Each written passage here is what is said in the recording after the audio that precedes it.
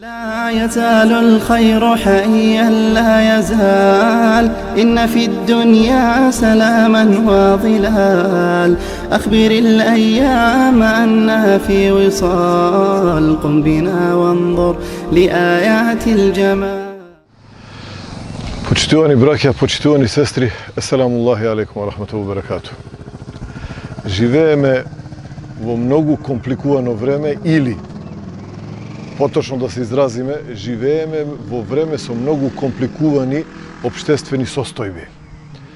Секојдневно гледаме или сведоци сме како луѓето зимаат учество во оваа трка, кој колку ќе добие, кој колку ќе заработи, кој колку или што може повеќе да однесе дома, да постави на масата пред своите најмили, или едноставно од преголем страв што го очекува утре, па дури и ќе си нагомила и многу повеќе отколку што му е потребно. Од една страна, од друга страна пак има и такви луѓе кои што се помириле со фактот дека немаат и нема потреба да го молат Господарот Субханаху ва Таала за да имаат. Значи се наоѓаме во помеѓу две крајности. Една крајност е луѓето кои што претеруваат во побарувачката или она во побарувачката на материјалните добра, и имаме од друга пак страна луѓе кои што не се многу заинтересирани за тоа, но заедничко им е и на едните и на другите, што и првите и вторите забораваат дека снабдувањето или она со што ти си го обезбедуваш својот физички обстанок на овој свет е само во рацете на возвишениот Господар Аллах Субханаху ва Таала.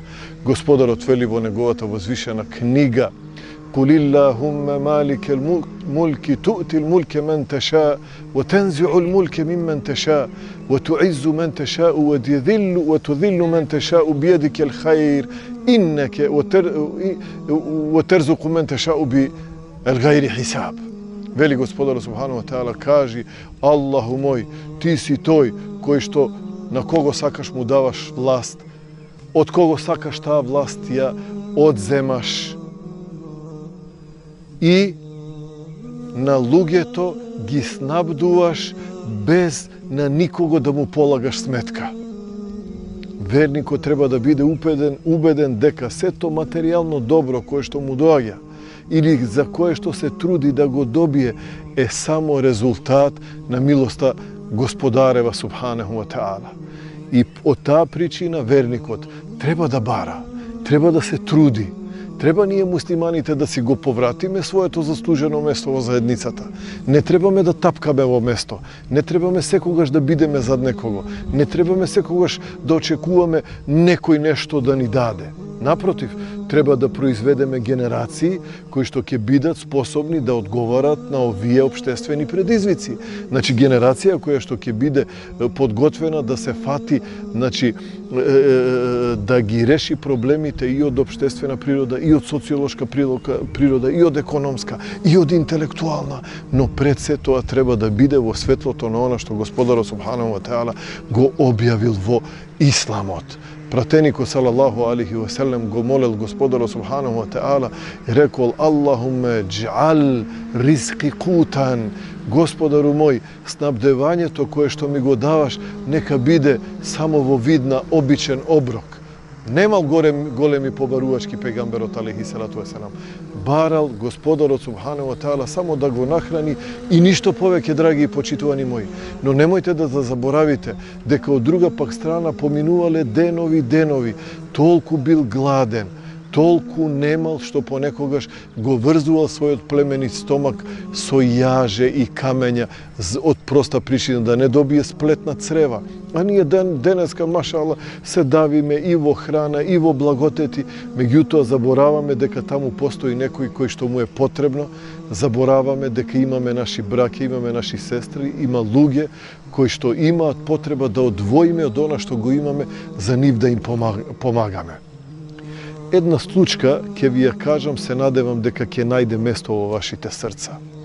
Во едно време, во историјата, постоел еден голем хафиз, еминентен познавач на Куранот и на куранските науки. Меѓутоа бил многу сиромашен, а знаел дека само Аллах дава. и само од Господарот Аллах субханаху ва таала барал. Луѓето му давале, му пружале, тој ги одбивал на девајки се дека ќе се издржи со своите две раце. Во една ситуација, одејки по улиците на Мека, живеел во Мека, нашол една кожна торбичка. Ја отворил и видел дека во неа има гердан од драги камења. И одеднаш се обогатил, го зел торбичето, си отишол дома и почнал да ја планира својата иднина. Меѓутоа не поминало долго, како што е тоа обичај во земјите, нели, во историјата таму каде што владеел Аллаховиот закон, нели, веднаш гласник тргнал по улиците да обзнанува дека тој човек го изгубил тоа и тоа. Тој што ќе го најде, нека го врати. Овој го слушнал тоа и без никаква дилема отишол и го вратил. А таа огрлица, значи, била баснословна, многу вредна. Тој го дал, старец го вратил герданот на тој старец кој целиот среќен, зборел нешто на свој јазик, не бил араб, нели, најверојатно хаџија од страна бил и си заминал. Времето поминувало и јунакот на нашето кажување, овој хафиз, бил принуден да тргне на пат барајки ја својата нафака или барајки ја својот ризк. Доживеал бродолом. Во тој бродолом единствено само тој преживеал. Луѓето кои што го пронашле на обалата, на морето, сиот исцрпен, го зеле кај себе, се труделе да му помогнат, го чувале, буквално му го спасиле животот. По некое време тој излегол меѓу нив, тие немале имам во џамијата и тој се понудил да ги предводи во намазот, нели, кога слушнале како учи Кур'ан, го поставиле за имам во џамијата. И тој самиот вели, тогаш вика сите врати, вика на дуњалукот ми се отворија.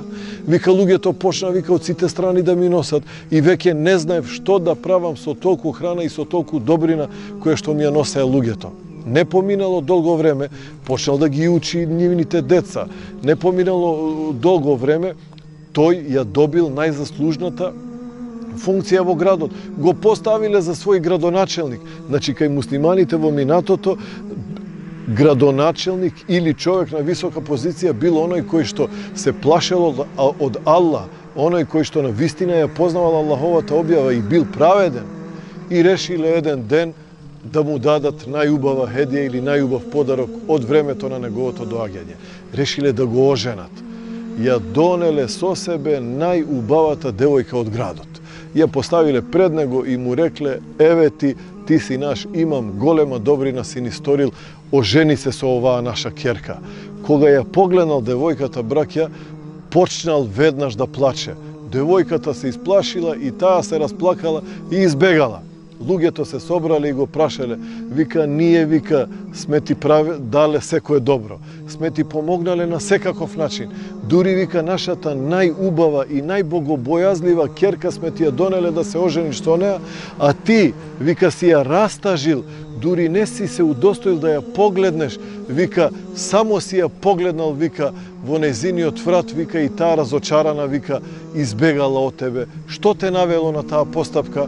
Тој целиот во солзи ја дигнал главата и рекол, се колнам во Аллах, почитувани браќа, вика, на нејзиниот врат го видов герданот кој што пред многу години го најдов и му го вратив на тој старец. Кога тие слушнале, како сите во еден глас рекле, Аллаху акбар, Аллах е голем. Вика, знаеш ли, вика, дека тој старец, вика, откако дошол од Аджилак, вика, знаеме во џамијата, вика, целиот живот до својата смрт, вика, времето го поминувал, вика, упатувајќи му дова на Аллах, дова која што сите ние слушнавме, и тој збореше, Господару мој, вика, човекот кој што го најде герданот, човекот кој што ми го врати герданот, Господару мој, доведи го во мојот град и одреди, Господару мој, да се ожени со мојата ќерка. И така било, драги и почитувани мои, немојте да се плашите од она што ќе биде утре, сето тоа е во рацете на Господарот Субханаху ва Теала. Немојте да се плашите од сиромаштија, немојте да се плашите од глад. Господарот Субханаху ва Теала е тој кој што се грижи за сите нас. Вассаламу алейкум ва рахметуллахи ва баракатух.